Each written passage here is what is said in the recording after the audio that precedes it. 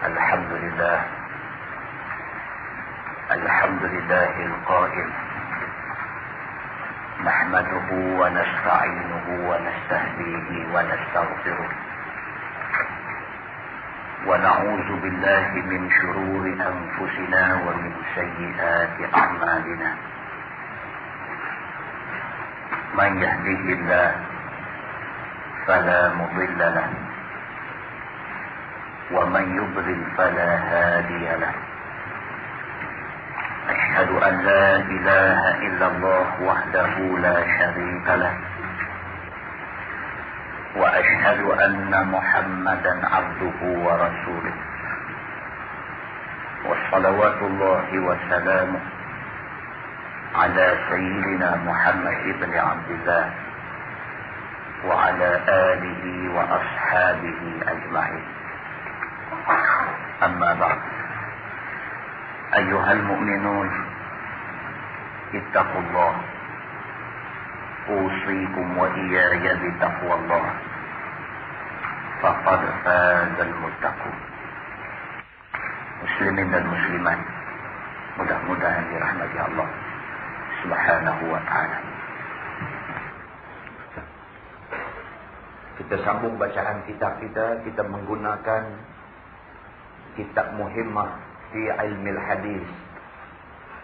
Kita sampai di muka surat 6.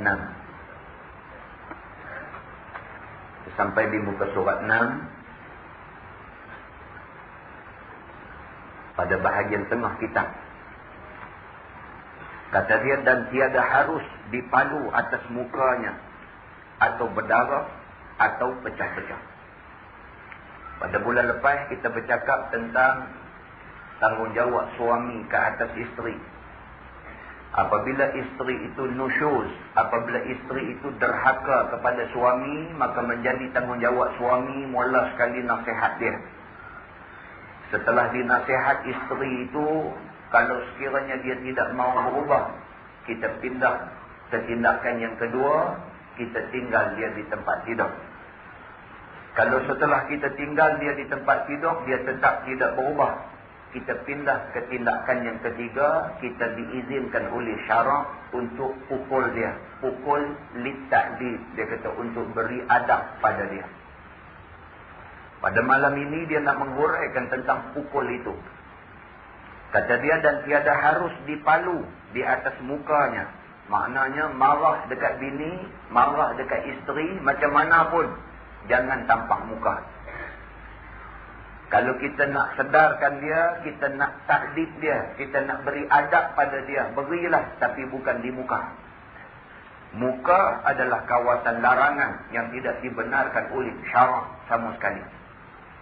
Ataupun berdarah, ataupun pecah-pecah. Pukul jangan sampai berdarah, jangan sampai pecah-pecah. Adapun mengetahui bahawa sesungguhnya palu itu tiada memberi faedah ia, maka jadi haram pula itu. Kalau suami rasa dia pukul bini dia ni jenis ketegang, pukul pun tak berubah, dia pukul juga, hukumnya haram.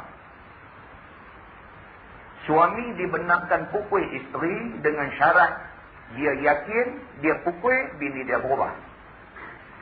Tapi kalau dia tahu dah bini dia, kalau pukul pun tak berubah, dia pukul juga, hukum dia pukul itu haram, berdosa suami.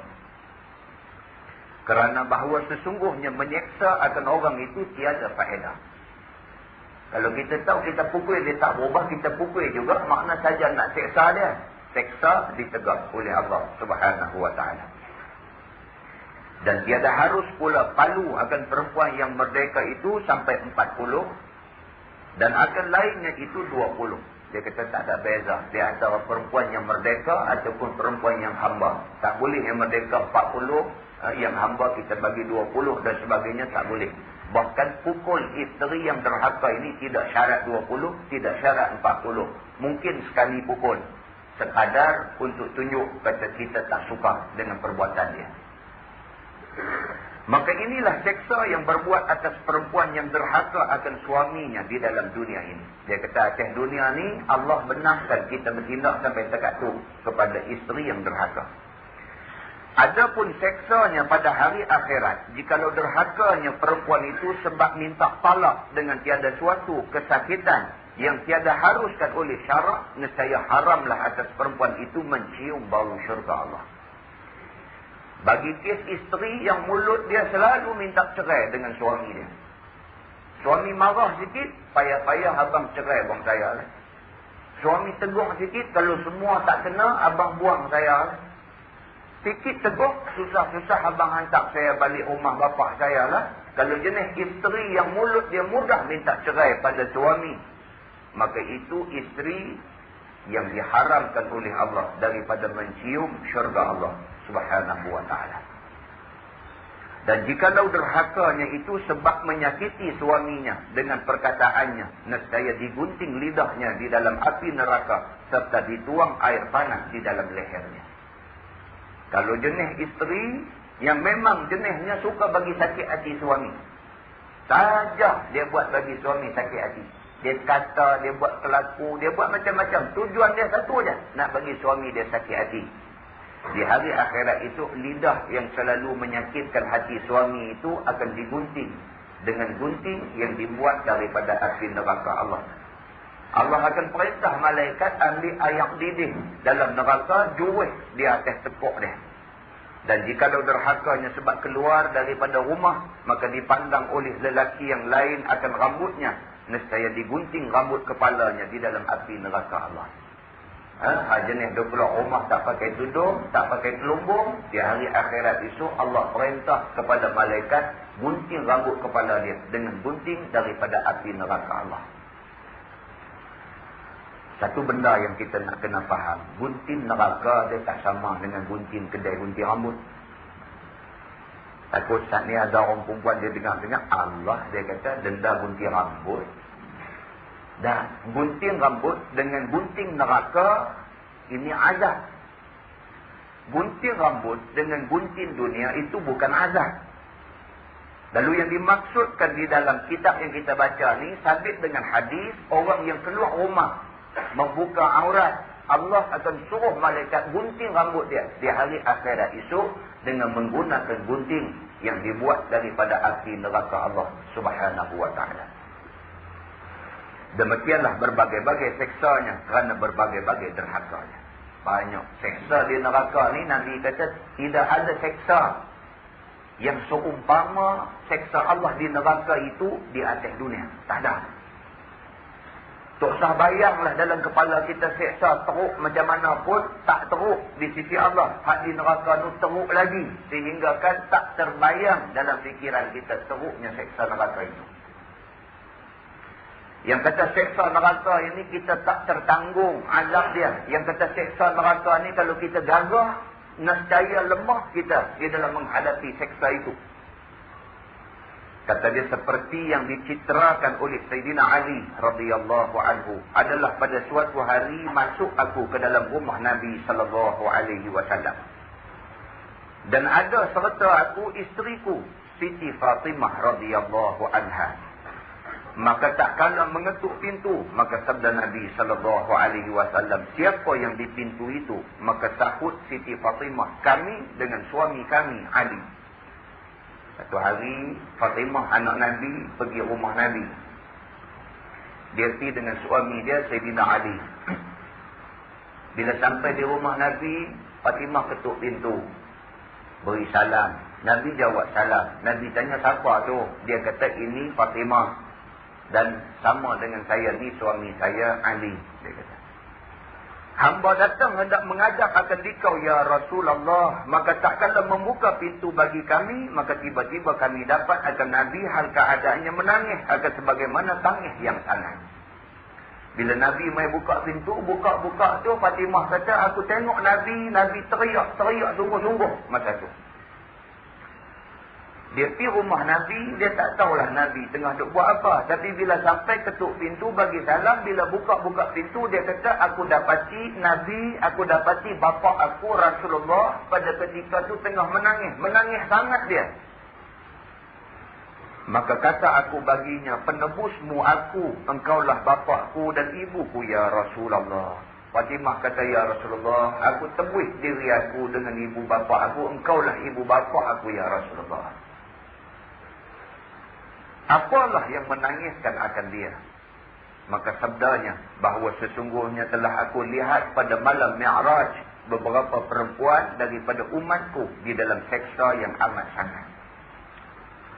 Nabi kata, aku teringat balik. Aku teringat balik gambaran yang Allah tunjuk pada aku ketika aku di-mi'rajkan oleh Allah. Kadang-kadang benda tu dah lepas lama dah, tapi bila Nabi teringat balik, menangis dia. Buktinya ini, hadis yang menceritakan apabila Fatimah pergi rumah Nabi, bila dia sampai Nabi tengah menangis. Bila dia tanya Nabi, wahai bapakku, engkaulah bapak, engkaulah ibu aku. Kenapa engkau menangis, ya Rasulullah? Dia kata, aku menangis kerana aku teringat gambaran yang Allah tunjuk pada aku di dalam peristiwa Mi'raj yang aku pergi dulu. Kata dia, maka sangatlah salah pekerjaan mereka itu. Kerana itulah yang menangiskan akan daku daripada sangat seksa akan mereka itu. Nabi kata, aku tak boleh tahan bila tengok orang yang kena seksa ketika Nabi dibawa di dalam Mi'raj oleh Allah Subhanahu wa ta'ala. Maka berkata Sayyidina Ali radhiyallahu anhu, ya Rasulullah, betapa engkau lihat kepada mereka itu? Ali kata, apa benda yang kamu tengok itu, ya Rasulullah, sampai kamu menangis begini sekali? Maka sabda Rasulullah sallallahu alaihi wasallam, telah aku lihat seorang perempuan yang tergantung dengan lidahnya dan api neraka yang sangat panas dituangkan ke dalam lehernya. Nabi kata, di antara yang aku tengok ada satu orang perempuan yang Allah rentak lidah dia, ikat di atas, gantung dia dengan lidah dia. Tidak cukup dengan lidah dia rentak keluar, gantung di alang apakah, dijuruh pula air panas dalam tengkuk dia. Cuba gambarkan keadaan tu macam mana. Kita nak bagi tahu kepada semua orang bahawa Tuhan boleh buat benda yang kita tak terlintas, Tuhan boleh buat. Allah Subhanahu wa ta'ala hari ini bukan dia tak tahu macam-macam jenis kerosakan berlaku dalam masyarakat hari ini. Macam-macam. 1001 macam kerosakan berlaku dalam masyarakat hari ini. Allah bukan tak tahu, Allah tahu. Allah tunggu masa aja untuk dia binasakan manusia ini. Allah tunggu ketika dia aja untuk Allah jahanamkan penduduk bumi ini. Dan Allah sudah pun tunjuk satu persatu, satu demi satu, tanda-tanda kekuasaan Allah kepada penduduk bumi ini, supaya mereka sedar bahawa mereka terdedah kepada ancaman azab Allah Subhanahu wa ta'ala. Duk tak sedar itulah. Panggil spring, main apa keladi, apa dia kata malam ni. Apa nak jadi perempuan ni? Penganjur orang Islam, pengunjung orang Islam. Tapi tu buat kerja nak menjayakan majlis tu orang Islam. Apa nak jadi dekat puak-puak ni? Mustahil mereka yang menganjurkan majlis tu tak tahu kata benda tu dosa di sisi Allah dan Allah marah. Mustahil dia tak tahu. Saja dia nak buat. Adakah mereka ini tidak pernah terlintas? Mereka boleh dibinasakan oleh Allah Subhanahu wa ta'ala kalau sekiranya Allah nak. Muslimin dan muslimat yang dirahmati Allah sekalian. Kata dia, dan aku lihat pula seorang perempuan yang tergantung dengan dua kakinya, padahal terikat lagi terlipat, telah mengeluarkan segala malaikat yang menyiksa itu dengan dua tangannya daripada pihak belakangnya. Nabi tengok keadaan orang yang diazab macam tu. Dan minyak tanah itu dilumurkan pada badannya dan dituangkan air panas ke dalam lehernya. Lipat kaki dia, kilas tangan dia, juruh minyak tanah, kemudian Allah binasakan dia. Juruh air panas di belakang dia. Dan aku lihat seorang perempuan yang tergantung dengan dua susunya dan buah zakum itu dituangkan masuk di dalam lehernya. Erti buah zakum itu iaitu buah kayu di dalam neraka yang amat pahitnya. Maka apabila memakan mereka itu akan zakum itu, nescaya menggelegak segala isi perut mereka itu dan otak mereka itu dan gusi mereka itu dan keluar lidah apinya daripada mulut mereka itu. Tak reti nak abanglah. Tuhan ni, saya selalu sebut manusia selalu silap. Dia duk faham Allah ini dengan bismillah tu aja. Bismillahirrahmanirrahim, dengan nama Allah Tuhan yang Maha Pemurah lagi Maha Penyayang. Dia duk nampak Allah ni Maha Penyayang. Allah kalau dia sayang kita, takkan dia nak buat habis lagu ni. Dia duk nampak Tuhan tu baik aja, tak buat dia. Bukan Tuhan tu jahat, memang Tuhan tu baik. Pasal Tuhan baiklah maka Tuhan buat dia. Kalau Tuhan tak buat dia, makna Tuhan tak baik. Orang yang buat baik dengan orang yang buat jahat tak ada beza dia. Maknanya Tuhan tak baik. Bila orang yang buat baik, Tuhan bagi balasan baik. Orang yang buat jahat, Tuhan bagi balasan azab. Itu makna Tuhan baik. Itu makna Tuhan adil. Itu makna Tuhan bagi balasan yang setimpal pada semua orang yang buat perbuatan di atas dunia. Innallaha syadidul iqab. Sesungguhnya Allah itu syadidul iqab. Amat dahsyat pembalasan dia. Amat pedih pembalasan dia. Amat keras pembalasan dia. Dan Allah Subhanahu wa ta'ala bila dia balas kita dengan azab dia, balasan Allah itu tidak ada contoh di atas dunia ni. Tak pernah manusia azab manusia cara Allah azab manusia. Allah azab manusia lebih pelik dan lebih teruk daripada yang manusia buat pada manusia. Kata dia, dan aku lihat pula seorang perempuan yang tergantung padahal memakan ia akan daging dirinya dan api neraka dinyalakan daripada pihak bawahnya. Satu pula manusia yang Nabi tengok ni digantung dan dia duk makan daging dia sendiri. Koyak daging dia sendiri makan, repih telinga ambil makan, rebut ambil dalam perut ambil makan. Dan di bawah dia api neraka maut menyala. Dan aku lihat pula seorang perempuan yang tergantung lagi menambat oleh segala malaikat akan dua kakinya kepada dua susunya. Dan ditambatkan dua susunya kepada ubun-ubunnya. Dan dijadikan atas badannya itu beberapa ulang dan kala. Itu dia punya pelik. Semua ni diambil daripada hadis Nabi SAW. Dan hal keadaannya memakan ia akan dagingnya dan minum ia akan darahnya sendiri. Dan aku lihat pula seorang perempuan yang tergantung hal keadaannya buta dan tuli dan kelu di dalam kerongkongan api neraka. Padahal keluar otak daripada kepalanya dan lagi mengalir ke dalam hidungnya dan segala badannya itu amat busuk sekali. Nabi cuba nak gambarkan dekat kita cukup teruk ni. Yang kata azab neraka ni cukup teruk. Habis-habisan dia habak gantung susu perempuan, gantung naik ke atas, gantung rambut dia, gantung lidah dia, lipat tangan dia, juris dengan minyak tanah. Ambil air hangat, juris dalam tengkuk dia, di bawah api dia menyala. Nabi cuba nak gambarkan kepada kita neraka Allah Subhanahu wa ta'ala. Sayyidina Abu Bakar As-Siddiq radhiyallahu anhu, apabila Nabi SAW cerita tentang neraka, pitam dia. Sayyidina Abu Bakar bila Nabi cerita tentang neraka, pitam dia. Tak boleh tahan lah. Tak boleh tahan dah. Karan kuat sangat. Dia dengar. Obat. Dan beberapa orang sahabat Nabi yang lain pun pernah jadi macam tu. Bila dengar Nabi duk terang tu, dengar. Tak boleh tahan. Blackout. Obat. Impact keimanan terhadap jiwa para sahabat Nabi Ridwanullah alaihim ajma'in. Kerana Nabi ini Nabi. Habislah. Bila sebut Nabi ini habis. Nabi sampaikan sesuatu daripada hati dia yang bersih. Nabi sampaikan kepada hati sahabat yang juga bersih. Maka konteks dia cukup kuat.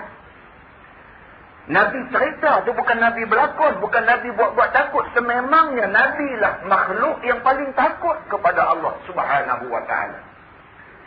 Maka impression Nabi tu, tekanan Nabi tu, apa yang Nabi nak buat pulang tu betul main daripada hati dia. Dia campak masuk dalam hati sahabat. Sahabat juga hatinya bersih bila dia terima peringatan daripada Allah, daripada Nabi. Rebah dia. Kita hari ini danuk banyak. Nabi SAW bersabda, kata Nabi, man aznaba zanban nukita fi qalbihi nuktatun sauda. Barang siapa buat satu dosa, Allah titik ke dalam hatinya satu titik hitam. Kita muhasabah diri kita balik, cek balik diri kita 24 jam Allah bagi dekat kita. Berapa titik ada dalam hati kita, Masya Allah. Subhanallah. Takut kita pada Allah Subhanahu wa ta'ala. Kita muhasabah balik, renung balik, pejam mata cari balik daripada subuh. Tadi kita bangkit pukul berapa, kita semayang berjamaah ke tak ke, kita muhasabah balik sampai maghrib, sampai lah ni. Berapa titik dah Allah titik dalam hati kita. Subhanallah, takut kita pada Allah. Kita muhasabah balik, kita cek balik seminggu hidup kita berapa titik Allah bagi, sebulan hidup kita berapa titik Allah bagi, setahun sampai umur kita hari ini berapa titik Allah bagi. Maka tidak heranlah apabila kita sampaikan peringatan Allah daripada Quran, daripada hadis, peringatan itu tak sampai ke hati kita, tak sampai. Kita dengar cerita sahabat, dengar sampai pengsan, kita heran. Pasal kita tak rasa apa. Kita tak rasa apa. Kita dengar tak rasa apa. Takut pun tak rasa. Gerun pun tak rasa. Tak rasa apa. Kita cuma rekod benda ni sebagai maklumat ilmu kita saja. Kita dengar, kita rekod. Kita tahu benda ni. Tahu habuan tahu aja. Habuan disembang kau lain cerita balik aja. Tetapi apa yang kita sampaikan tidak singgah di hati kita sebenarnya. Maka itu sebab tazkiyatun nafs, cerita proses pembersihan hati ni, Nabi 13 tahun Nabi buat di Makkah. 13 tahun Nabi di Makkah tu, Nabi tumpukan pada membersihkan hati para sahabat Nabi ridwanullah alaihim ajma'in daripada semua kekacauan yang ada di dalam diri mereka. Selama 13 tahun sebelum Nabi hijrah meninggalkan Makkah pergi ke Madinah, 13 tahun tu Nabi duk proses yang ni saja. Bagi clear yang ni saja. Asas ni mau bagi elok.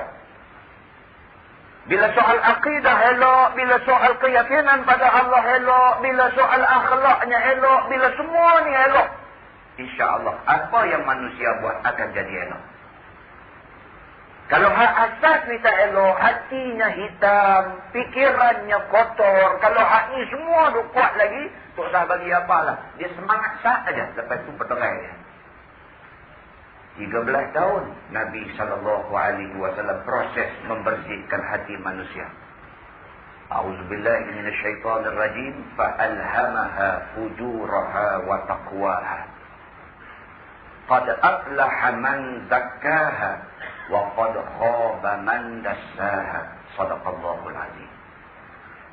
Allah dah sebut dah dalam ayat dia, fa'alhamaha fujuraha wa taqwaha, dan kami ilham ke dalam hati manusia itu fujur dan taqwa. Jahat dan takut pada Allah. Ada dua-dua. Dalam hati kita ni ada dua-dua. Ada rasa takut pada Allah dan ada rasa jahat pada Allah. Ada di kalangan kita hari ini yang anak-anak kita tadi mai jumpa kita. Dia kata, ayah minta RM50. Tanya buat apa? Nak pergi stadium Keladi. Baru petang tadi. Kita duk kalau duk siap nak main masjid Kelang Lama. Kawan ni bila kita cakap pasal Keladi, dia nak jadi tak bunyi.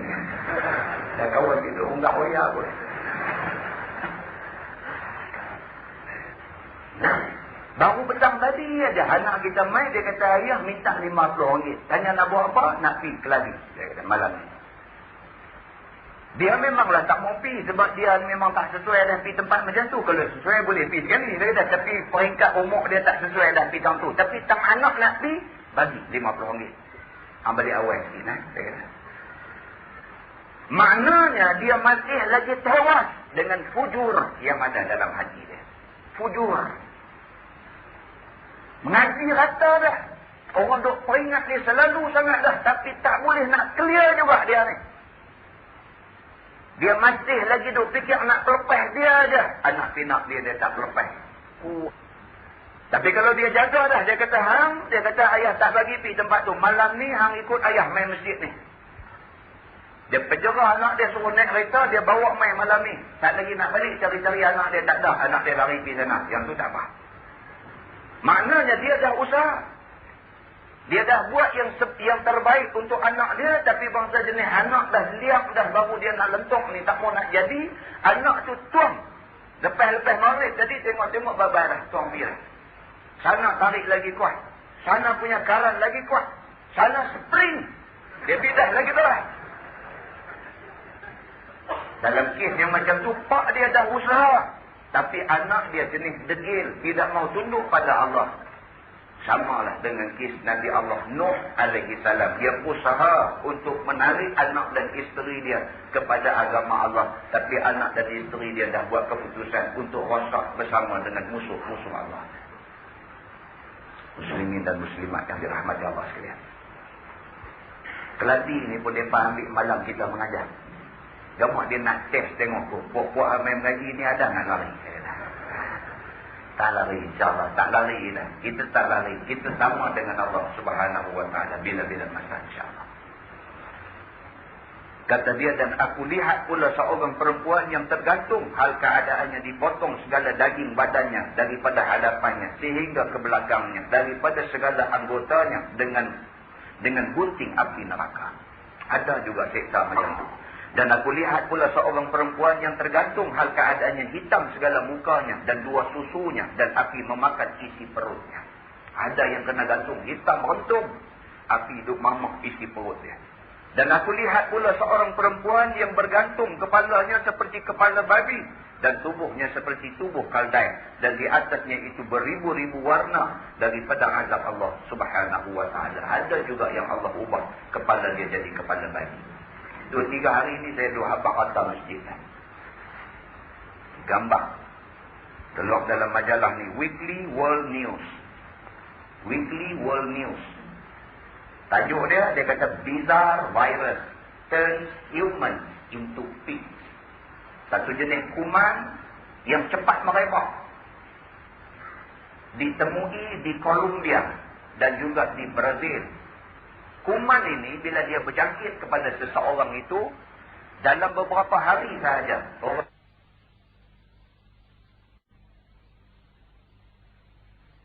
into pigs. Satu jenis kuman yang cepat merebak ditemui di Colombia dan juga di Brazil. Kuman ini bila dia berjangkit kepada seseorang itu, dalam beberapa hari sahaja orang itu akan berubah jadi seekor babi hutan.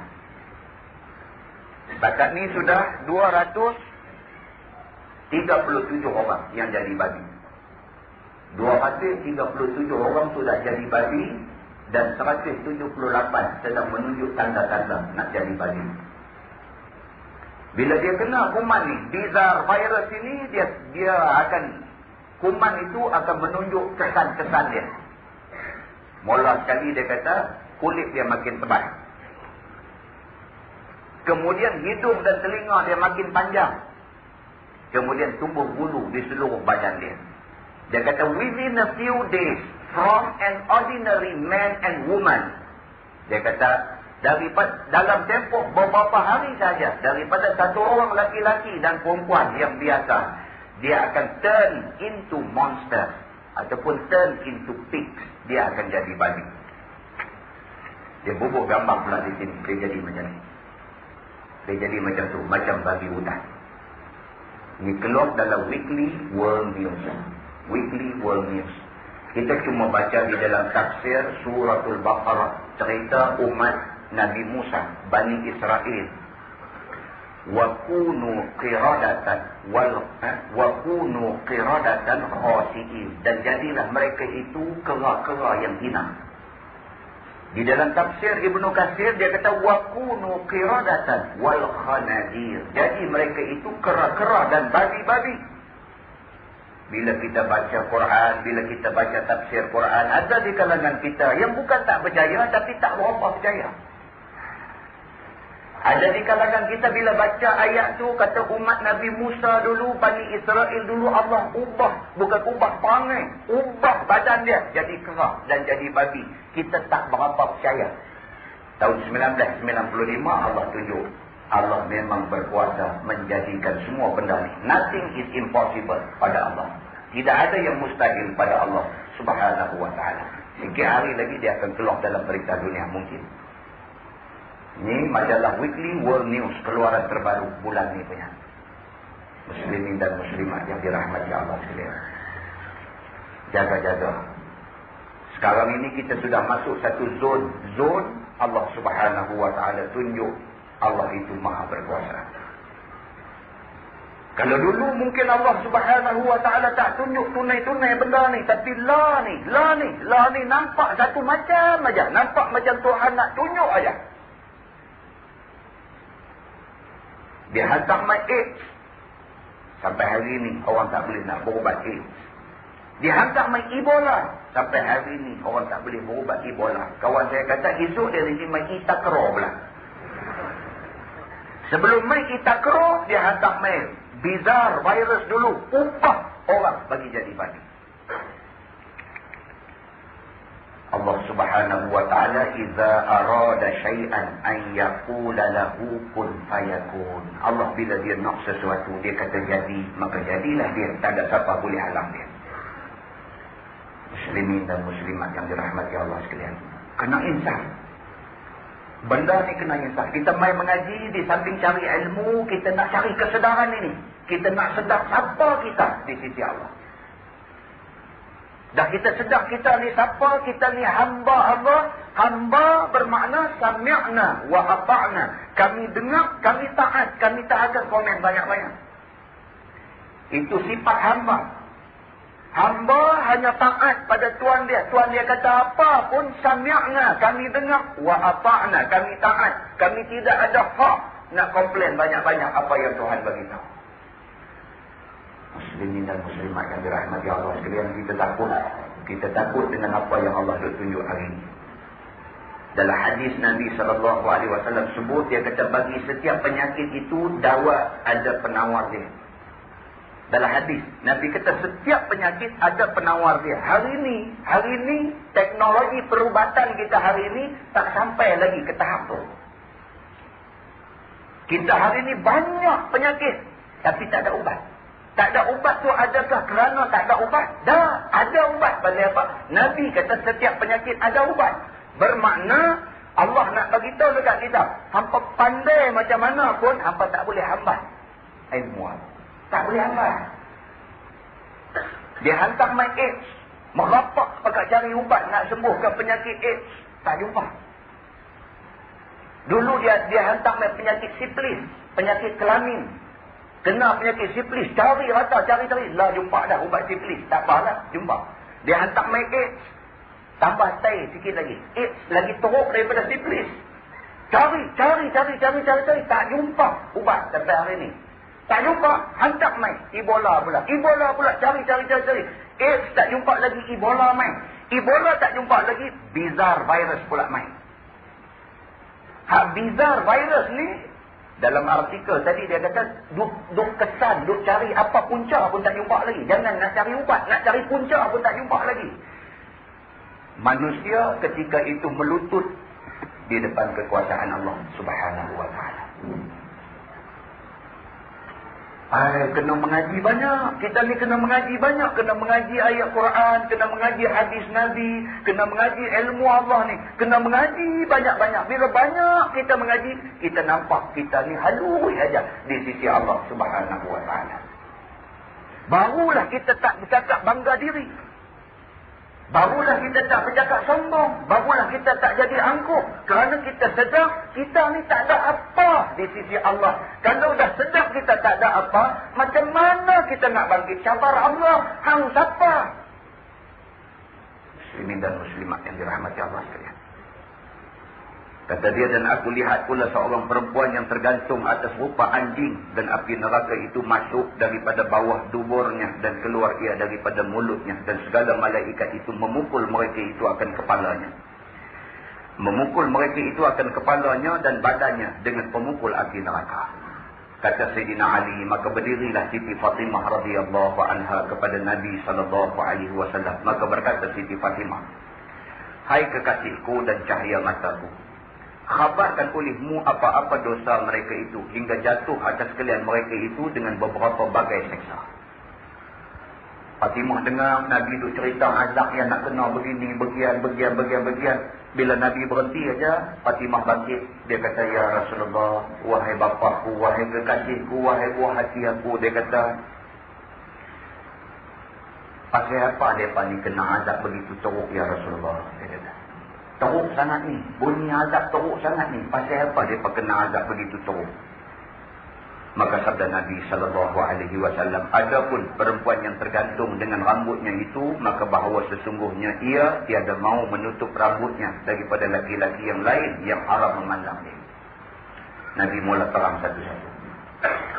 Hamba Allah yang diperintahkan oleh Allah supaya malaikat cekak rambut dia gantung di dalam neraka Allah, kemudian dilegurkan dia dengan api neraka di bawah dia, ini adalah perempuan yang di atas dunia tak mau tutup rambut dia. Tak larang cakap lah. Cerita suruh tutup rambut ni. Tak larang cakap lah. Kadang-kadang tak mau cakap lah. Tak cakap pun tengok duk ramai juga lagi tak tutup. Nak cakap juga. Nak cakap berasa macam tak mau cakap. Ini jadi celaru kita pun. Bahasa macam lah ni bukan masa bercakap dah. Lah ni masa hak mana tak pakai tudung tu. Pakai-pakai pegang. Bubuh sarung buat cepedak atas kepala dia.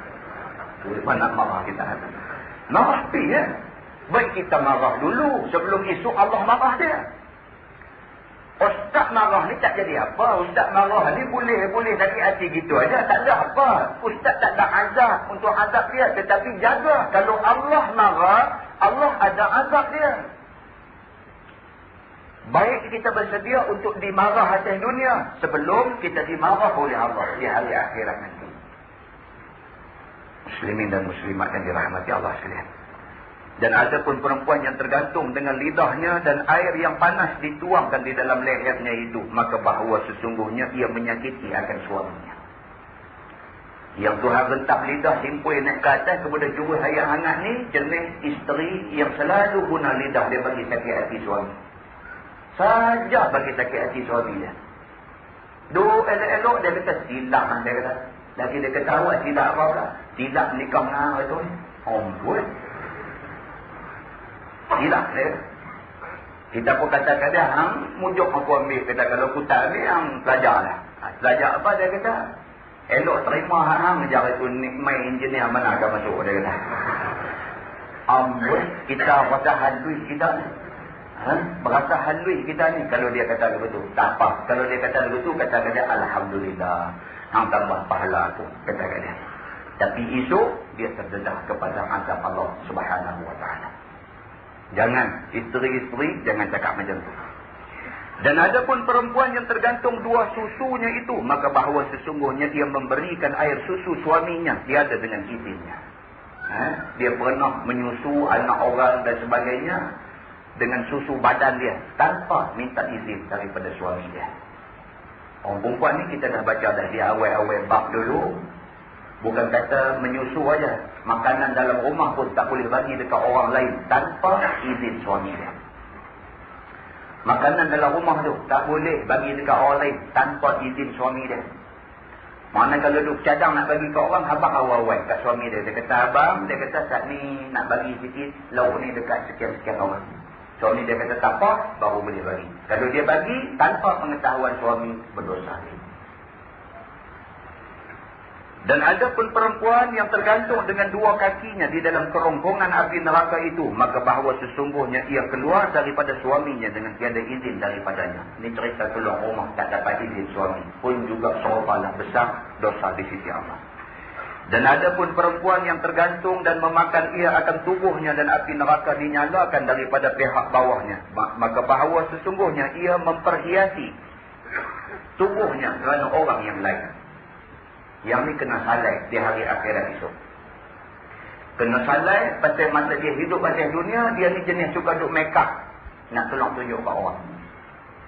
Sampai lelaki dia pun naik heran. Laki dia kata, jom pergi rumah mak dah. Nak pergi berjalan rumah orang aja. Bersiap berbagai. Bersiap dengan bedak dia, dengan mulut merah dia, bubuh dah merah, tak elok pula. Pedak dengan tisu, buang bubuh kalah, hak biru sikit pula. Laki dia kata, wah harap pelas sangat ni. Dia kata, tak ada apa. Dia kata, kalau segak pun bini abang dia. Laki dia pun dengar-dengar, senyum meleret saja. Dengan laki dia gulung pergi sekali. Kadang ada juga lelaki lagu tu, dia marah mola aja, tapi bila bini dia jek dia balik, tak apa pula. Dia kata kalau segak pun, dia pakai kata bini abang juga. Tunggu juga, dia kata jom. Jom tu jom di neraka. Bukan jom mama. Ini nak kena jaga. Dan dia ada memperhiasi bagi suaminya. Berdosa perempuan tu, dengan suami dia tak hias diri, dengan orang lain pula dia berhias lebih-lebih.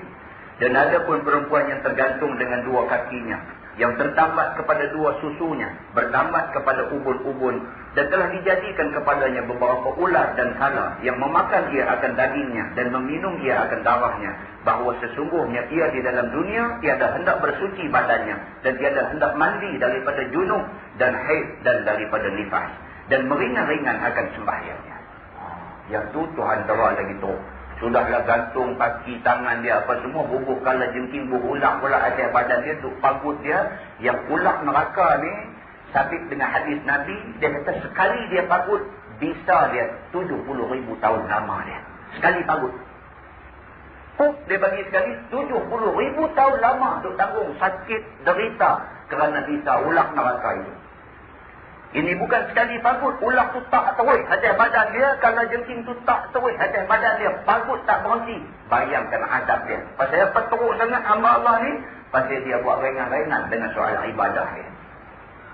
Orang perempuan dia datang bulan, bila dah datang bulan, bila dah sah dah, yakin dah berhenti dah darah bulan dia buat balik, dia tak mau nak mandi wajib lagi, dia nak buat tangguh-tangguh lagi. Akibat daripada buat tangguh itu, terlepas beberapa semayang fardu yang sepatutnya dia dah kena mula semayang. Maka begitu adab yang Allah sediakan bagi dia. Dan ada pun perempuan yang tergantung hal keadaannya kelu dan buta dan tuli, yang ada ia di dalam kurungan daripada api neraka, maka bahawa sesungguhnya ada ia mendatangkan daripada anak zina. Yang ini perempuan yang berzina, yang melahirkan anak zina. Maka ditambatkan akan dia pada batang leher suaminya. Dan ada pun perempuan yang kepalanya seperti kepala babi, dan badannya itu seperti badan himar, yakni kaldai. Bahawa sesungguhnya ia adalah sangat mengadu-ngadu, lagi amat dusta dia. Jenis suka hidup kacau laki dia. Balik-balik kerja tu adalah benda dia nak abang. Tadi lugu tu, lugu ni. Dia jenis suka hidup merasakan laki dia. Saat lagi, payah cakap. Leceh, pembarahkan kita. Suka kacau. Dah buat elok dah, tak elok juga. Suruh tambah yang tu, suruh buat kot ni, suruh kacau. Saja kacau. Jenis macam tu. Dan suka dusta pula. Cakap bohong dengan suami sendiri. Dan ada pun perempuan yang seperti rupa anjing, dan api masuk ia daripada mulutnya dan keluar daripada duburnya. Maka bahawa sesungguhnya ia adalah sangat membangkit akan manusia. Lagi banyak dengki berdengki. Suka sangat tu dengki kau orang, iri hati dan sebagainya. Nak fitnah dan nak berjahanamkan orang lain. Ya bunayah, kata dia, jagalah bagi perempuan yang derhaka ia akan suaminya. Dan telah mengeluarkan oleh Bukhari dan Muslim daripada Abi Hurairah radhiyallahu anhu, sabda Nabi sallallahu alaihi wasallam, apabila memanggil oleh laki-laki akan isterinya kepada hamparan, maka enggan dia. Insya-Allah yang itu kita sambung pada bulan depan. Insya-Allah.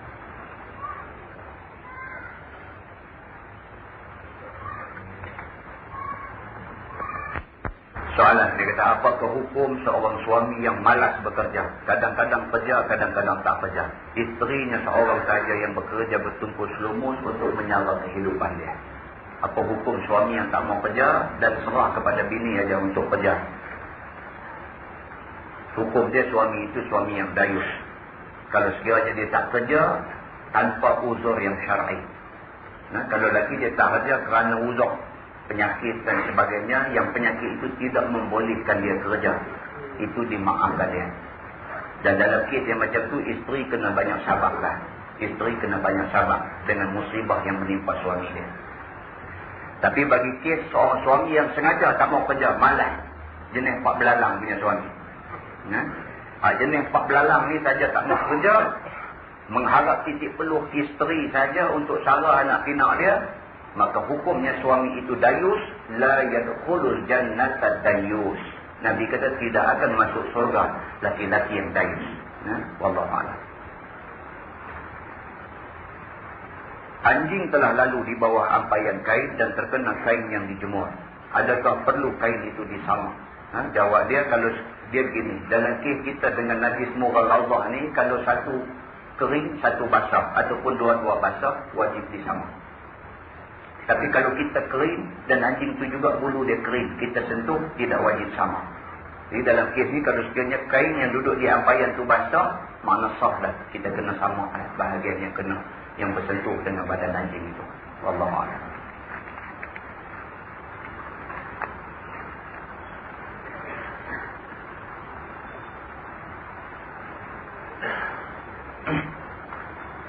Soalan, dia kata rumah jiran saya dimasuki pencuri.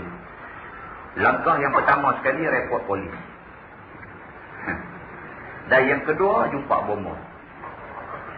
Katanya insya-Allah berkat doa bomoh tu,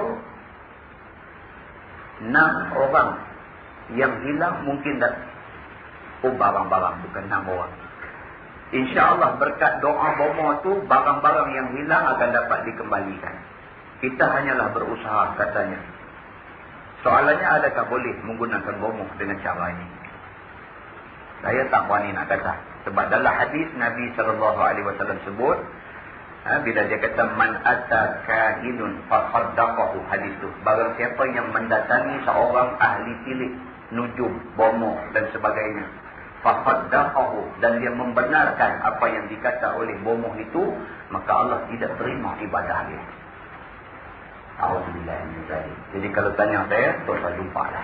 Saya jumpa bomoh, kita minta pada Allah supaya Allah yang selesaikan benda itu. Allah malam.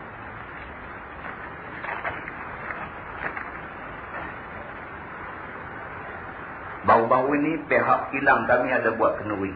Pihak majikan telah menjemput seorang bomoh. Amboi laku tunggu ke bomoh lah. Pihak majikan telah menjemput seorang bomoh untuk baca doa selamat. Setelah selesai baca, bomoh bersama-sama dengan beberapa orang pekerja lagi berjalan-jalan di sekeliling kelang itu, dan di setiap penjuru kelang itu sambil menabur sesuatu dengan tujuan untuk menghalau makhluk-makhluk halus, jembalang tanah dan lain-lain lagi. Kemudian barulah disediakan makanan dan minuman. Masalahnya, bolehkah kami memakannya sedangkan kami tidak suka cara perbuatan mereka itu, dan apakah hukumnya? Dia cerita makan ni kasat sabit. Tak ada sangkut paut dengan kerja untuk bomoh tu pinjam tabung barang apa ni, tak ada sangkut paut dengan makan. Tak ada sangkut paut. Makan tu cerita kenuri, tu cerita lain. Tapi kita nak cerita tentang main duk mui segala penyuruh bangunan kelang ni.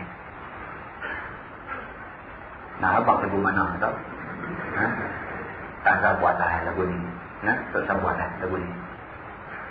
Kita tak jumpa lah satu hadis pun daripada Nabi yang menceritakan Nabi pernah pergi jati muih yang sejuk apa semua di penyuruh-penyuruh rumah. Kita tak pernah jumpa. Yang ada macam yang selalu kita sebut, berlaku kepada seorang sahabat Nabi, Abu Sa'id Al-Khudri radhiyallahu anhu. Bila satu ketua badui kena sengat binatang bisa, dia pergi berubat. Dia pergi berubat. Dengan kehendak Allah, ketua Arab Badui ini elok balik daripada sakitnya. Apabila ketua Badui ini elok balik daripada sakit dia, seronoklah orang Badui ini tak tahu nak macam mana nak tunjuk terima kasih dia atas jasa baik Abu Sa'id Al-Khudri ini. Mereka pun hadiah 2 ekor kambing dekat dia. Abu Sa'id Al-Khudri ambil 2 ekor kambing ini, bawa balik ke kemah tempat sahabat-sahabat semua berkemah daripada dalam musafir. Bila sampai sahabat tanya, ni kambing ambil mana? Dia kata, Arab Badui bagi. Pasal apa? Dia kata, pasal tadi yang sakit tu tadi, aku cuba, aku berikhtiar, Allah izinkan, baik dia. Dia berkata, hang bomoh juga tu. Dia kata, tak. Dia kata, aku cuma baca Ummul Quran. Dia kata, aku cuma baca Fatihah dan aku muih pada tempat sakit dia. Dengan izin Allah dia baik. Sahabat-sahabat kata, kalau begitu nanti tak dulu kambing ni, kita balik tanya Nabi. Arab ni jangan buat main kan. Dia kambing tekok makan 2 orang. Dia lambat lepas, dia sembelih, dia lapar, dia panggang, lala tu juga dia boleh habis tekok kambing. Jadi dia kata sabar sat, kita jangan duk buat apa lagi kambing ni, balik tanya Nabi dulu. Bila sampai di depan Nabi, diceritakan benda ni pada Nabi. Nabi kata kepada Abu Sa'id Al-Khudri, kambing itu hak kamu. Maknanya Nabi meluluskan perbuatan itu. Takat tu ada. Takat tu ada sabit daripada hadis. Kemudian hati jenis duk tangkap bola botol apa semua ni, kita tak pernah jumpa. Jadi saya tak mau komen. Saya tak reti bidang ni. Saya tak reti. Jenis boleh duk tangkap bola dalam botol, katuk cepat-cepat, takut terlepas ni, saya tak reti. Wallahu a'lam. Apa yang penting, iblis, syaitan, jin itu ada. Iblis, syaitan dan jin itu ada. Dan apa yang pasti, kita tak boleh minta tolong dekat makhluk-makhluk ini. Kana rijalun minal ins ya'uduna birijalin minal jin fazaduhum rahaqa. Dalam suratul jin Allah sebut benda ni. Kata dia, ada sekumpulan manusia yang selalu minta tolong dengan jin. Ada sekumpulan manusia dengan ilmu yang ada kat dia, dia bersahabat dengan jin. Fazaduhum rahaqa. Allah kata, maka Allah tambah lagi kefasikan dan jahat dalam diri dia. Mana tak boleh kan? Jadi kalau kita boleh pergi buat kerja tu, tangkap-tangkap dan sebagainya, dengan jalan yang tidak melibatkan jin, syaitan dan sebagainya, tidak melibatkan persahabatan dengan makhluk-makhluk ini, mungkin harus. Tapi kalau melibatkan bersahabat dengan makhluk-makhluk ini, sabit dengan ayat tadi, ditegah. Wallahu a'lam. Apa hukum orang yang memakai azimat yang ditulis dengan ayat-ayat Quran ataupun bismillah atau 2 kalimah syahadah sebagai tangkai pengadam ataupun mengubat penyakit? Hukumnya syirik dia dengan Allah. Hukum dia syirik dia dengan Allah. Quran tidak boleh dijadikan tangkai. Inna hadzal Qur'ana huwa hablullahil matin wa huwa an-nurul mubin wa huwa asy-syifaa'un nafi' wa 'ismatun liman tamassaka bi wa najatun liman ittaba'a atau kama qala. Hadis Nabi. Nabi cuma jelaskan dekat kita Quran ini, kata dia hablullahil matin. Yang pertama, dia merupakan tali Allah yang Maha Teguh. Kalau kita pegang dengan Quran, selamat kita. Wa huwa nurul mubin. Quran adalah cahaya yang menerangi hati dan alam. Wa huwa syifaa'un nafi'. Quran adalah penawar yang banyak manfaat dia. Dalam kisah Abu Sa'id Al-Khudri tadi, Quran menjadi penawar. Wa 'ismatun liman tamassaka bih. Dan Quran ini menjadi pendinding bagi orang yang berpegang dengan dia. Bukan jadi tangkai. Quran itu kalau kita percaya dia, kita beramal dengan dia, kita menjadikan Quran dalam hidup kita, kita akan selamat daripada kekacauan. Wa najatul liman ittaba'a. Dan Quran menjanjikan kejayaan bagi orang yang ikut dia. Itu sabit daripada hadis Nabi sallallahu alaihi wasallam. Wallahu a'lam. Jadi yang baik itu daripada Allah, yang tidak baik itu daripada kelemahan dan kesilapan diri saya sendiri. Kita tangguhkan dengan tasbih kifarah dan surah Al-Asr. Subhanallah. Subhanallah. Subhanallah.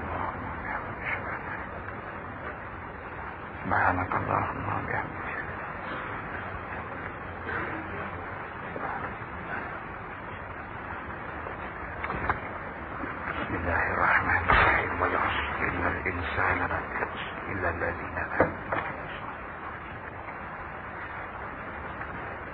اللهم صل على محمد في الأولين والآخرين وسلم ورضي الله تبارك وتعالى عن سادتنا أصحاب سيدنا رسول الله أجمعين.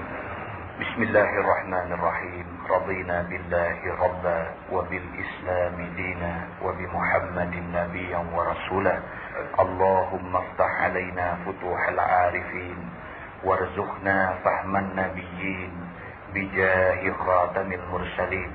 اللهم فقهنا في الدين وعلمنا التأويل واهدنا صراطك المستقيم. اللهم أرنا الحق حقا وارزقنا اتباعه وأرنا الباطل باطلا وارزقنا اجتنابه. اللهم اجعل جمعنا جمعا مرحوما وتفرقنا من بعده تفرقا معصوما. وصلى الله على محمد وعلى آله وصحبه وسلم والحمد لله رب العالمين. السلام عليكم.